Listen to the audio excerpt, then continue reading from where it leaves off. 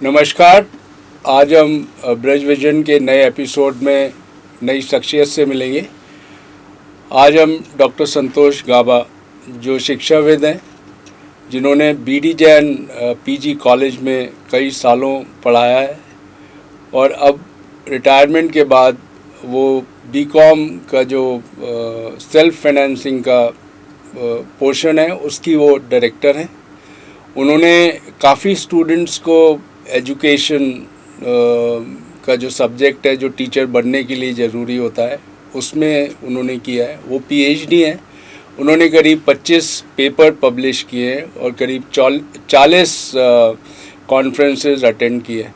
नमस्कार डॉक्टर गाबा, मैं आपसे ये जानना चाहूँगा कि 70s के दशक में जब आपने पढ़ाई की थी और आप बिज़नेस फैमिली से आती हैं, तो वो एक बड़ा चैलेंजिंग दौर था जब महिलाओं को ज़्यादा शिक्षा इस लिहाज से नहीं दी जाती थी कि वो आगे चल के टीचर बने, लेकिन इस लिहाज से ज़रूर दी जाती थी कि शिक्षित होके शादी इसके लिए। तो आपका क्या चैलेंज रहा? मतलब देखिए, आप बिल्कुल सही कह रहे हैं। ये चैलेंज रहता था पेरेंट्स के सामने कि लड़की ग्रेजुएट हो जाए, इट इज़ सफिशेंट। पर मुझे ये लगता था कि जितने भी बिजनेसमैन क्लास की फैमिली की लड़कियां होती हैं, उनकी अपनी पर्सनालिटी, उनकी अपनी ओन अंडरस्टैंडिंग और डैशिंग पर्सनालिटी डेवलप नहीं हो पाती है जी। और दूसरा, मेरी बुआ जी भी उसका आधार थी। मेरी बुआ जी ने अपनी लाइफ में इतना स्ट्रगल किया था जी। और उनको जब ये लगता था कि इतना अर्न करने के बाद उनकी कोई रिकॉग्नाइजेशन उनके घर फैमिली में नहीं है और अपने बच्चों को सपोर्ट करने के लिए उनके हस्बैंड सपोर्ट नहीं करते, तो मुझे लगता था कि ये क्या ज़िंदगी है। एक महिला को हमेशा सशक्त रहना चाहिए और कम से कम अपने ओन डिसीज़न लेने की कैपेसिटी उसके अंदर ज़रूर होनी चाहिए। इसलिए मेरे अंदर ये वाली फीलिंग थी कि मुझे ये वाली लाइफ नहीं जीनी है और अपनी लाइफ को अपने तरह से मेंटेन करना है। इसके लिए मुझे बहुत संघर्ष करना पड़ा, अपने ही परिवार से नहीं, अपनी जाति बिरादरी से भी करना पड़ा। वो लोग बिल्कुल इंटरेस्टेड नहीं रहते थे कि गावा साहब की लड़की बीए बीएड के आगे क्यों जा रही है। वो विरोध करते थे और उसका इफ़ेक्ट ये पड़ता था कि मेरे घर आके मुझे डांटा जाता था कि इसके आगे नहीं जाना है। परंतु मैं कुछ ऐसे परिवारों के संपर्क में भी थी, जैसे डॉक्टर अंबिका चरण शर्मा जी के, जिन्होंने मुझे ये मोटिवेट करते थे कि नहीं, तुम आगे बढ़ सकती हो, तुम्हें बढ़ना चाहिए। और उसके पीछे बहुत सारे लोग थे जिनकी वजह से मैं अपनी फैमिली के ट्रेंड को तोड़ पाई। आज जब आप पीछे देखती हैं, आपने एक बहुत अच्छे प्रतिष्ठित कॉलेज में आपने पढ़ाया और काफ़ी स्टूडेंट आपके टीचर हैं आगरा में, आगरा के बाहर भी, तो आपको कैसा प्रतीत होता है जो आपने एक विद्रोह कह सकते हैं, जो आपने एक दृढ़ शक्ति के साथ जब आपने शिक्षा को आगे बढ़ाया, तो अभी आप क्या कहना चाहेंगी आज के? आप अगर देखें, बीएड में जितने भी स्टूडेंट्स होते हैं, आज की तो मैं नहीं कहती कि लड़कियों को बराबर का राइट मिला हुआ है, परंतु उस समय लड़कियों को इतने राइट्स नहीं मिलते थे और 50% गर्ल्स वो आती थी जो अपनी फैमिली के द्वारा सताई गई होती थी जी। और एक लड़की तो ऐसी मेरी ज़िंदगी में आई कि जिसने मुझे रोज़ कहती थी, मैडम एक बार मुझे 5 मिनट दे दीजिए और मैं आपको अपनी लाइफ बताना चाहती हूँ। तो मुझे ये लगता था, उस समय मेरी एज भी बहुत छोटी ही थी, तो मुझे लगता था लोग कहेंगे ये इस पार्शियलिटी करती है जी। एक दिन मुझे उसने ब्लाउज हटा के दिखाया जिसमें उसके हस्बैंड ने उसको स्मोक से दागा हुआ था। रात को स्मोक कर करके उसकी सारी बॉडी को उसने दागा हुआ था। वो यहाँ से लेकर पूरे ब्लाउज पूरा फिट पहनती थी जिससे उसके अंग का हिस्सा न दिखाई दे। तो मेरे अंदर एक विद्रोह की भावना और जागृत होती थी कि क्या लड़की की जिंदगी का मतलब सिर्फ इतना है या इससे भी आगे है, और क्यों नहीं वो महत्वाकांक्षी हो सकती, वो क्यों नहीं आगे बढ़ सकती, वो क्यों नहीं आकाश छू सकती। और मैंने जो लड़कियों को मोटिवेट किया वो आकाश छूने तक के लिए मोटिवेट किया और आज उसका मुझे प्रतिफल भी मिलता है। मेरे स्टूडेंट जहाँ भी मुझे मिलते हैं वो मुझे फुल्ली रिगार्ड करते हैं कि मैडम आज जो कुछ भी है हम आपकी वजह से हैं। नहीं, इसका तो आपके परिवार में भी उदाहरण है। अपने भतीजे और भतीजी को भी जिस हाँ, लेवल मेरी तक सेकंड जनरेशन, मुझे बिजनेसमैन, मेरे फादर बहुत डिसेंट आदमी थे और मेरे अपने समाज में माने जाने व्यक्ति थे, परंतु बिजनेसमैन की अपनी डिफिकल्टीज होती हैं जो आज मैं एनालिसिस करती हूँ, और उन डिफिकल्टीज को मैं जानते हुए पहचानते हुए मैंने अपने सेकंड जनरेशन को मोटिवेट किया। इस समय मेरी सारी सेकंड जनरेशन जो है वो सब सर्विस क्लास में है और हायर पोस्ट पर है, और वो लोग ये वजह मानते हैं कि हम जहाँ पहुँचे आज बुआ की वजह से पहुँचे हैं। तो आपने जो सेक्रीफाइस किया उसका आप फल देख रही हैं। आपने बड़े इंटरेस्टिंग टॉपिक पे पीएचडी की, बहुत लंबा टॉपिक है, लेकिन impact of personality adjustment and self concept of women teacher trainees and on their attitude towards our teaching profession and training courses.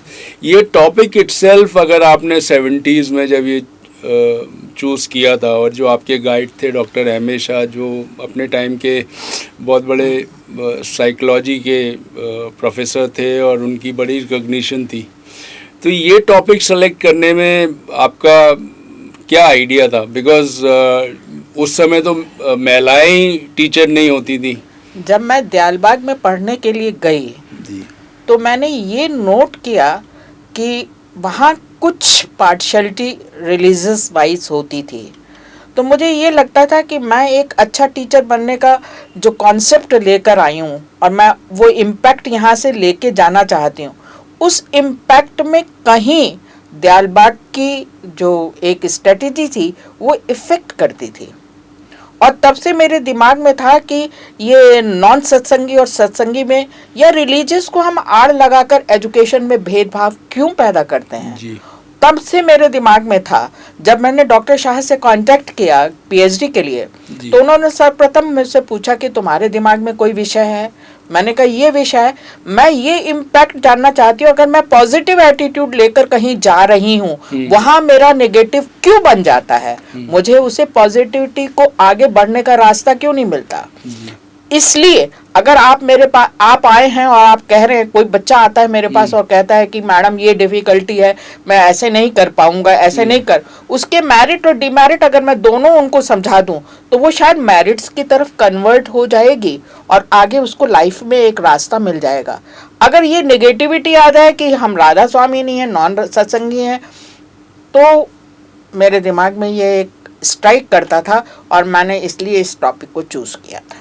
तो इस टॉपिक पे आपने रिसर्च कैसे, आपका क्या मेथडोलॉजी थी? मेथडोलॉजी मेरा एक क्वेश्चनायर था, इंटरव्यू था और कुछ एडजस्टमेंट इन्वेंट्रीज थी जिसको मैं एक साथ लेकर इसको किया था। सेल्फ कॉन्सेप्ट से जो मेरा मतलब था कि मेरे अपने ओन ओपिनियन क्या हैं जी किसी चीज़ के लिए। मान लीजिए लोग आज भी कहते हैं कि टीचिंग प्रोफेशन में कुछ भी नहीं है, वही पढ़ाना वही करना।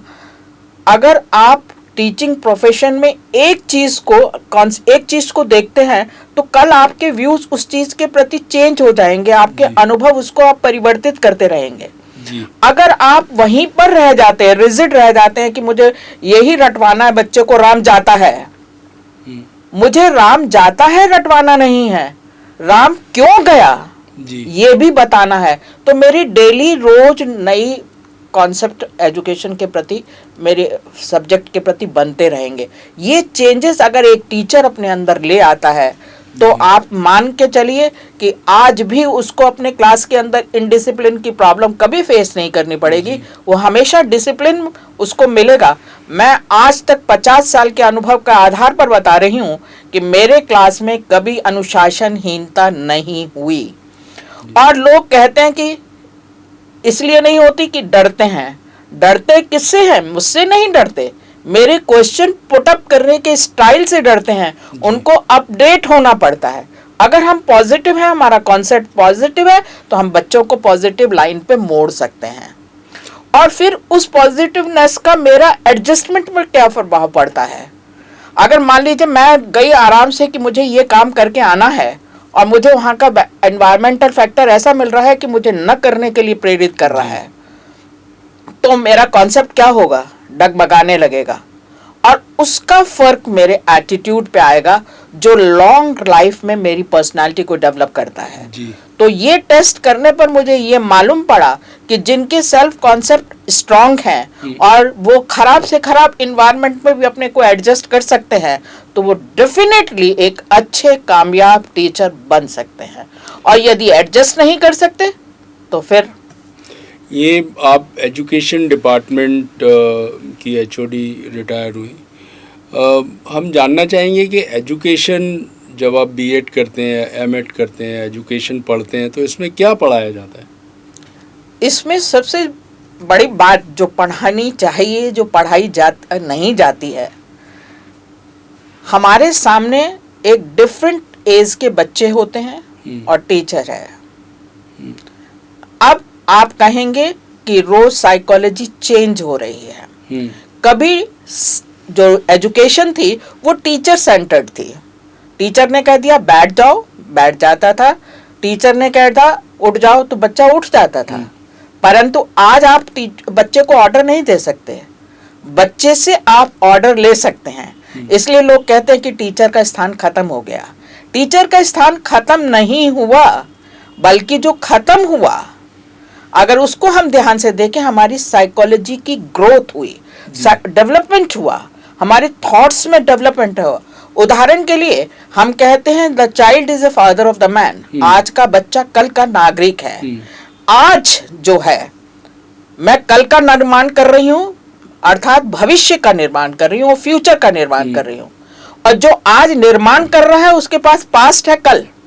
मेरे कल में जो मुझे कल्चर दिया गया जी, वो कल्चर जो है वो उतना ग्रोथ में नहीं था, उतने डेवलपमेंट में नहीं था, नॉवेल्टी में नहीं था जो आज चेंजेस हमें दिखाई देते हैं। ग्लोबलाइजेशन दिखाई देता है, आज हमें बहुत सारे ऐसे टेक्नोलॉजी दिखाई देती है जिससे कि हम बहुत आगे जा सकते हैं। मैं आई एग्री, परंतु आज वाला जो बीच का आज है जो और जिसने कल को बनाना है, फ्यूचर को बनाना है, उसको दोनों के बीच में एडजस्ट करना है। अगर ये एडजस्टमेंट हम प्रॉपरली बच्चे को, टीचर को सिखा सके तो बच्चे हमेशा डिसिप्लिन में रहेंगे। तो ये आप जब एजुकेशन आप पढ़ाती हैं या आपके कॉलेज में पढ़ाते हैं तो ये फैक्टर इन किया जाता है, या जो यूनिवर्सिटी ने सिलेबस दे दिया आप खाली मैकेनिकली वही उसको पढ़ा रहे हैं? नहीं, मैं मैकेनिकली नहीं पढ़ाती। मुझे हमेशा ये लगता है कि जितना पढ़ाओ इस हायर लेवल पे, उनको ये मोटिवेट कर दो कि वो सेल्फ स्टडी की तरफ घूम जाएं और उनको गाइडलाइन दे दो कि वो रिसर्च वर्क करें। उनको गाइडलाइन दे दो कि वो अपनी ओन ओपिनियन, ओन थिंकिंग बना सकें। मेरी थिंकिंग पे नहीं चलें, रोट मेमोरी पे नहीं चलें। रोट मेमोरी कभी भी ट्रांसफर ऑफ लर्निंग नहीं करती है। और ट्रांसफर ऑफ लर्निंग के लिए ओन रीजनिंग, ओन थिंकिंग होना बहुत ज़रूरी है, जो कि हम पुराने पैटर्न से नहीं ला सकते और ना ही हम न्यू टेक्नोलॉजी से ला सकते हैं। अगर हम लौट जाए सुकरात की तरफ, तो सुकरात कहता था कि बिना क्वेश्चन के आंसर नहीं निकला करते हैं। सही बात है। और question answering is the best method of teaching. लेकिन जो आप नई एजुकेशन पॉलिसी सरकार जो लेके आ रही है, इसका काफ़ी जगह विरोध भी हो रहा है और काफ़ी जगह उसको वेलकम भी किया जाता है, तो आपके क्या विचार हैं नई? मेरे विचार से कि पहले एक बहुत अच्छी तरह से हर जगह डिस्कशन होना चाहिए।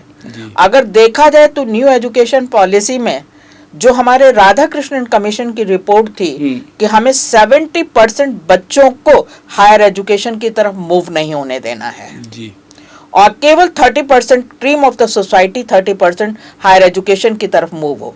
अगर हम सोसाइटी की डिमांड को भी देखें तो मुझे ये लगता है कि हायर लेवल पर व्यक्ति कम आवश्यकता होती है। 70% लोगों की आवश्यकता हमें 3 कैटेगरी को लगाने में होती है। पहले वर्कर होते हैं फिजिकल वर्कर, दूसरे होते हैं फिजिकल मेंटल वर्कर, और फिर होते हैं मेंटल फिजिकल वर्कर। इनकी ज्यादा आवश्यकता होती है समाज में, न कि मेंटल वर्कर की। और मेंटल वर्कर की जब आवश्यकता नहीं है, ये एजुकेशन पॉलिसी उसको रोकने में सक्षम है अगर हम अच्छी तरह से इस पॉलिसी को समझें।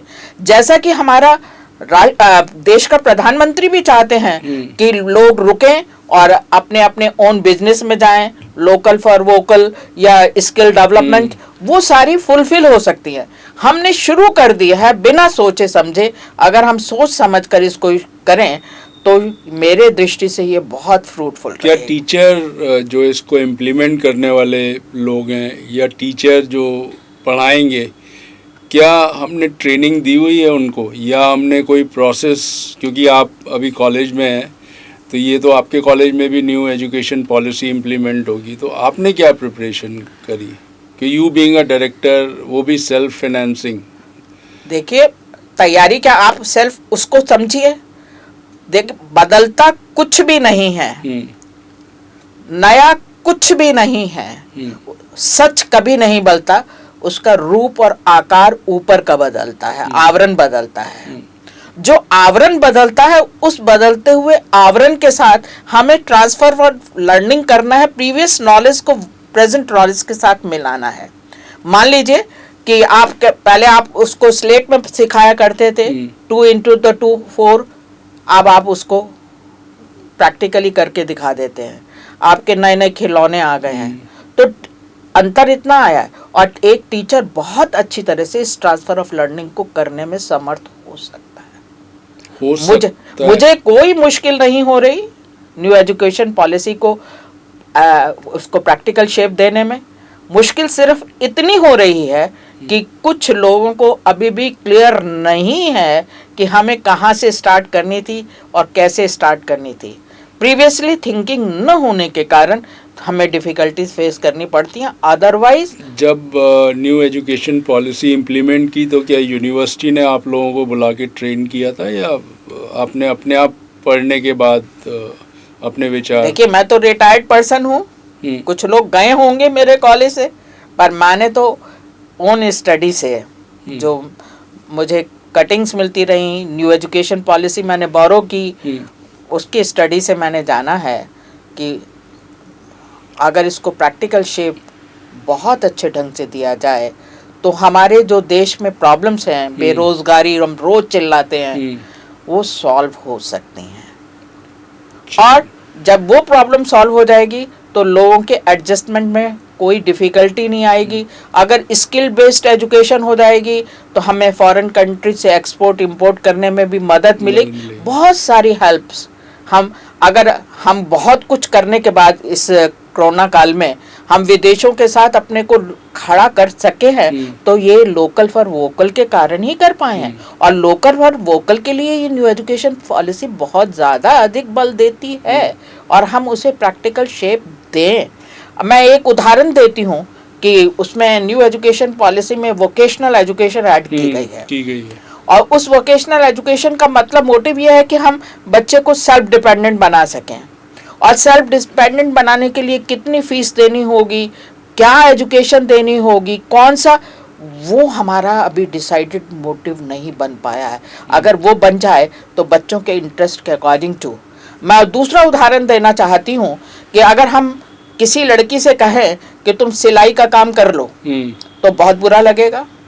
अगर उसी लड़की को इसका नया ना फैशन डिजाइनिंग नाम देकर और इंटर के बाद हम मोड़ देते हैं तो fashion designing is equal to.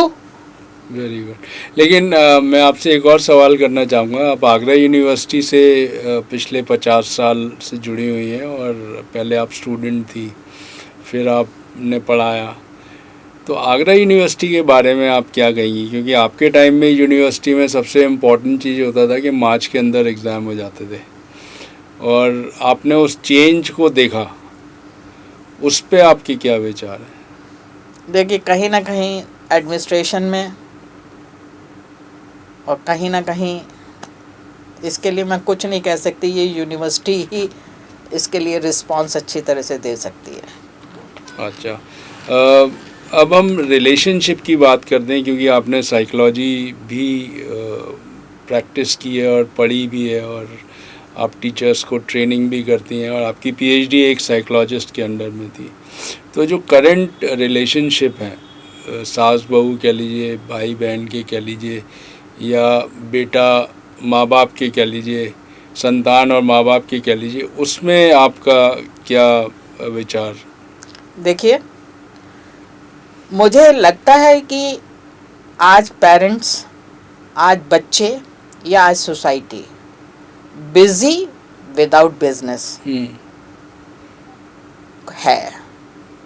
उसके पास इतना टाइम नहीं है कि वो अपने बच्चे के साथ 5-10 मिनट बैठकर उसकी लाइफ के बारे में, उसके दिनचर्या के बारे में, उसने आज क्या किया उसके बारे में जान सके जी। और न ही उसके पास, बच्चे के पास फुर्सत है कि वो अपने माँ से अपने अंदर उठ रही क्यूरियोसिटी को, अपने अंदर उठ रहे बहुत प्रश्नों का वो उत्तर दे सकें या ले सकें। बल्कि हम उनके सामने एक पुरानी परंपराएं डाल देते हैं। हम लड़की से कहते हैं तुम ससुराल जाओगे तुम्हें पता चलेगा क्या होता है, और हम बेटे से कह देते हैं कि बहू आएगी तुम उसके हो जाओगे। इट मीन्स हम इनडिसिप्लिन की प्रॉब्लम हम उनके अंदर भर रहे हैं। जब हम एक बेटे से कह रहे हैं कि तुम बहू के हो जाओगे, हमें नहीं पूछोगे, जब आप उसे रोज कहेंगे तो उसके दिमाग में कहीं तो इस बात का इम्पैक्ट आएगा। सही बात है। और अगर हम बेटी से रोज कहेंगे तुम जाओगी ऐसा होगा, तो उसके दिमाग में ये इम्पैक्ट तो आएगा ना कि मैं कैसे तैयार करके जाऊं, मेरे साथ ऐसा ना हो। ये क्या इम्पैक्ट ऑफ एजुकेशन है या स्ट्रेस है? इम्पैक्ट ऑफ सोसाइटी, और सोसाइटी में पेरेंट्स भी आते हैं, इन चारों तरफ का इन्वायरमेंट भी आता है, टीचर्स भी आते हैं। हमें बच्चे के साथ जब तक कन्वर्सेशन हमारा प्रॉपर नहीं होता, जब तक हम उससे डेली की बात डेली नहीं पूछते, उसको गाइडलाइन प्रॉपर नहीं देते, तो हमारे रिलेशन बिल्ड नहीं हो सकते हैं। हम बच्चे को ये क्यों नहीं सिखाते हैं, लड़के को, कि मेरी सैलरी इतनी है, मैं इन इन मदों पर खर्च करता हूँ, ये मद हैं, तुम इस तरह से जीना सीखो, तो वो सीख सकता है। हम उसे, तब हम ये कहते हैं बच्चा जिद कर रहा है क्योंकि फलाने के पास ये चीज़ है, हमें बच्चे को दे देनी चाहिए। हम उसे कहते हैं कि एहसान देते हैं कि हम तुझे ये चीज़ दिलवा रहे हैं, हम उधार लेके दिलवा रहे हैं, और तू तो हमें बड़ा होके पूछेगा नहीं। तो सारी साइकोलॉजी तो वही गलत हो गई। डॉक्टर गाबा, मैं आपसे ये जानना चाहूँगा कि स्ट्रेस जो एक शब्द इस्तेमाल पूरी दुनिया कर रही है, क्योंकि आप एजुकेशनिस्ट हैं और एजुकेशन पे आप कंसेप्ट जो अपने स्टूडेंट्स हैं उनको बताती हैं, लेकिन ऐसा क्या होता है कि जब तक वो आपके स्टूडेंट रहते हैं वो स्ट्रेस में नहीं रहते, लेकिन जैसे ही बाहर निकलते हैं वो स्ट्रेसफुल हो जाते हैं, वो करप्शन में भी इन्वॉल्व हो जाते हैं, वो बहुत सारी चीज़ों में इन्वॉल्व हो जाते हैं। एज अ टीचर जो आपने पढ़ाया था, उसका जब सोसाइटी में आते हैं तो उसका इम्प्लीमेंटेशन सही क्यों नहीं होता? ये एक सवाल हर टीचर को और हर सिटीज़न को पूछना चाहिए जो देश की प्रगति चाहते हैं। देखिए, बच्चे के मन में, और या बच्चा बड़ा भी हो जाता है, किसी भी लाइन में जाता है, उसके मन में बहुत सारे प्रश्न होते हैं। जी। रोट मेमोरी से उसने डिग्री हासिल की है, परंतु अपने माइंड को उसने ब्रॉड नहीं किया है। नहीं तो जो नई शिक्षा पॉलिसी आ रही है, क्या वो इस चीज़ को टेक केयर कर रही है या वो भी उसी लाइन पे चल रही है? नहीं, आपके 3 बात वो टेक केयर करने के लिए कोशिश पूरी है। तभी तो मैंने आपसे पहले कहा कि 70% को जो हायर एजुकेशन के लिए बने हैं उनके लिए छोड़ रही है उनको, और 70% को रोक रही है। मान लीजिए कि मेरी मेंटल एबिलिटी एक प्राइम मिनिस्टर बनने की नहीं है, तो मैं कोशिश क्यों करूं? मैं कोशिश, परंतु मेरे पेरेंट्स क्या चाहते हैं कि मैं वहां तक, उस लेवल तक पहुंचूं, मुझे समाज मुझे रिकॉग्नाइज करता है कि मैं उस लेवल तक पहुंचूं। तो कसूर किसका है? हमारा है कि हम उसको रिकॉग्नाइज नहीं कर रहे हैं। अगर एक लड़की प्राइमरी में जाके पढ़ाती है और एक डिग्री में पढ़ाती है, तो प्राइमरी वाली को हम हे दृष्टि से देखते हैं। इसके लिए मैं एक धर्मयुग की पुरानी स्टोरी को बताना चाहूंगी। एक मजिस्ट्रेट की 2 बेटियां थीं। एक बेटी बिल्कुल फादर के पैटर्न पे थी और वो मजिस्ट्रेट बनने की संभावनाओं से जुड़ी हुई थी। दूसरी बेटी को कोई इंटरेस्ट नहीं था, वो टूटी फूटी चीज़ों से अपने घर में बनाया करती थी आर्ट एंड क्राफ्ट, जिसको उसके पेरेंट्स अवॉइड करते थे और उसको हे दृष्टि से देखते थे। और ये हे दृष्टि उसके फ्रेंड सर्कल स्कूल के अंदर भी पहुंची हुई थी, परंतु उसके एक टीचर जो उसको रिकॉग्नाइज कर रही थी, उसने उसके फादर से कहा कि मैं कुछ दिन के लिए अपने घर ले जाना चाहती हूँ, अगर आप मेरे पर विश्वास करें। वो उनके घर गई और उन्होंने टूटी फूटी चीज़ों से उससे बहुत सारी चीज़ें बनवाई और उसको मोटिवेट किया। एनुअल फंक्शन पे उसके फादर को ही जज बनाया गया और उसके फादर बहुत खुश थे कि मेरी बड़ी बेटी को ही बेस्ट स्टूडेंट का अवार्ड मिलेगा। और जब उन्होंने उनसे कहा गया तो उन्होंने सेकंड डॉटर की चीज़ों को अप्रिशिएट किया और उसको बेस्ट स्टूडेंट का अवार्ड दिया। तब टीचर ने कहा कि ये नहीं, ये आपकी दूसरी बेटी है। हमें हर प्रोफेशन के प्रति इक्वल रिकॉग्नाइज करना चाहिए। मैं एक सवाल आपसे पूछना चाहता हूँ कि आपने कहा कि हमको आइडेंटिफाई करना चाहिए कि बच्चे का इंटरेस्ट किधर है।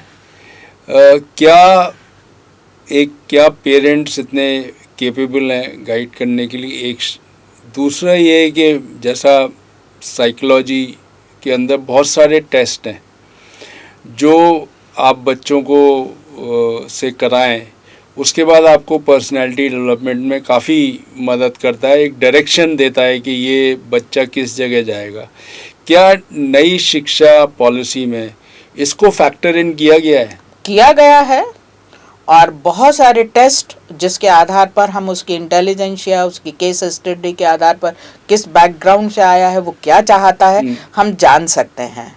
उस जानने के लिए हमें वक्त चाहिए, पेरेंट्स और सोसाइटी का सपोर्ट चाहिए।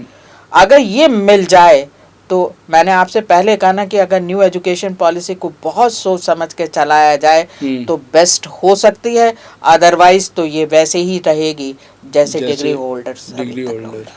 तो इसके लिए क्योंकि आप जब एजुकेशन पॉलिसी आई है तो उन्होंने सिस्टम भी बनाया है कि आप फीडबैक दें। हाँ जी। तो आगरा से या आगरा यूनिवर्सिटी से या आपके कॉलेज से कोई फीडबैक दिया गया है सरकार को कि ये पॉलिसी में ऐसे इसको इम्प्लीमेंट किया जा सकता है? बिल्कुल दिया गया है। अगर उसको एक सोसाइटी, उसको यूनिवर्सिटी एक्सेप्ट करती है, आगे देती है, और अगर उस पर विचार किया जा सकता है तो उसमें चेंजेस आ सकते हैं। मतलब आप मानती हैं कि नई एजुकेशन पॉलिसी हमको नई दिशा की ओर लेके जा रही है और जो एक बच्चा है उसके पोटेंशियल को आइडेंटिफाई करने में बड़ा रोल प्ले करती है, बड़ा रोल, और उसको एडजस्टमेंट कराने में। अगर मुझे ये मालूम पड़ जाए मैं डॉक्टर नहीं बन सकती और मैं एक अच्छा क्या कहते हैं वो काम कर सकती हूँ जो इंटीरियर डेकोरेशन का है, अगर मुझे उसको सोसाइटी ने रिकॉग्नाइज कर दिया और मेरे घर वालों ने रिकॉग्नाइज कर दिया तो मैं वेल एडजस्टेड हूँ और उसमें अर्निंग कैपेसिटी मेरी बढ़ेगी और नॉवेल्टी आएगी। मैं न्यू आइडियाज रोज अपने बनाने में खोजूंगी।